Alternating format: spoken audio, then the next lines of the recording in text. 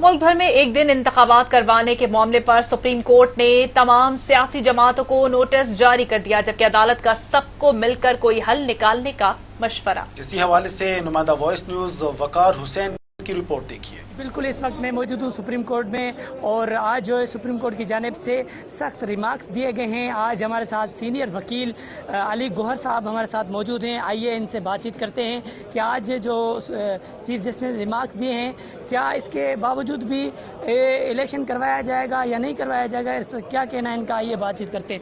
Sir, आज जो remarks दिए गए हैं सुप्रीम कोर्ट की जानिब से, क्या लग रहा है कि हुकूमत। देखो, जज साहिबान तो रिमार्क्स देते ही रहते हैं, अभी तो उन्होंने फैसला कर देना है। आज जो समाअत हुई है उसमें दो रिपोर्टें आई थी। एक तो इलेक्शन कमीशन की रिपोर्ट आई थी जिसमें कमीशन का कहना था कि इलेक्शन एक साथ कराओ। दूसरी एक रिपोर्ट आई थी डिफेंस मिनिस्ट्री की तरफ से after the meeting of the chief justice DGSI और OMO और डिफेंस सेक्रेटरी जो मिले थे, उसकी लाइट में उन्होंने भी एक रिपोर्ट सबमिट कर दी थी कि सिक्योरिटी के खदशात बहुत है तो इलेक्शन को आगे कर ले। एक और पिटीशन सुप्रीम कोर्ट के सामने आई है जिसमें भी यही कहा कि पॉलिटिकल पार्टीज को भी डायलॉग के लिए कहा जाए।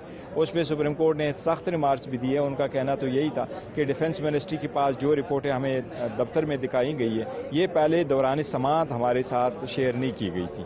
तो उनकी ये नाराज़गी थी कि अगर ऐसा ही होता तो फिर हम जो भी ऑर्डर मुनासिब करते उस वक्त करते, हमारे साथ इसका शेयर होना चाहिए था। अब उसके बाद जो बाकी नोटिस है कल के लिए समाअत मुलतवी हुई है, सुप्रीम कोर्ट ने सारे पॉलिटिकल पार्टीज़ को नोटिस किए, उनकी राय भी ली है कि क्या ये मुमकिन है कि इलेक्शन एक साथ हो बजाय इसके कि दो सुबह के हो।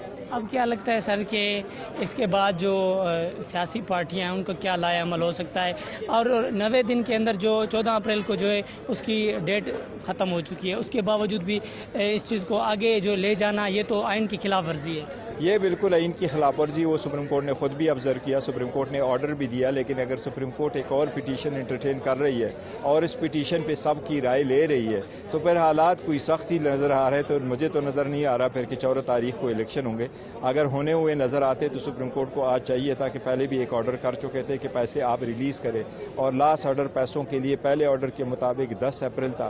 फिर सुप्रीम कोर्ट ने 11 अप्रैल को ऑर्डर करके कहा कि 17 अप्रैल तक आप सारे पैसे रिलीज़ कर लो। वो जो पैसे रिलीज़ नहीं हुए, तो अगर पैसे रिलीज़ नहीं हुए तो सुप्रीम कोर्ट को चाहिए था वो पैसे रिलीज़ करवाते। और अगर सिक्योरिटी चाहिए तो सुप्रीम कोर्ट सिंध बलूचिस्तान और आज़ाद कश्मीर और गिलगित बल्तिस्तान से सिक्योरिटी अरेंज करवाती। तो ऐसी सूरत हाल, लेकिन अगर एक और पिटीशन एंटरटेन हो रही है तो बज़ाहिर तो फिर यूँ लग रहा है कि पार्टियाँ एक दूसरे को एडजस्ट करके फिर आगे बढ़ेगी, तारीख कोई और ही हो।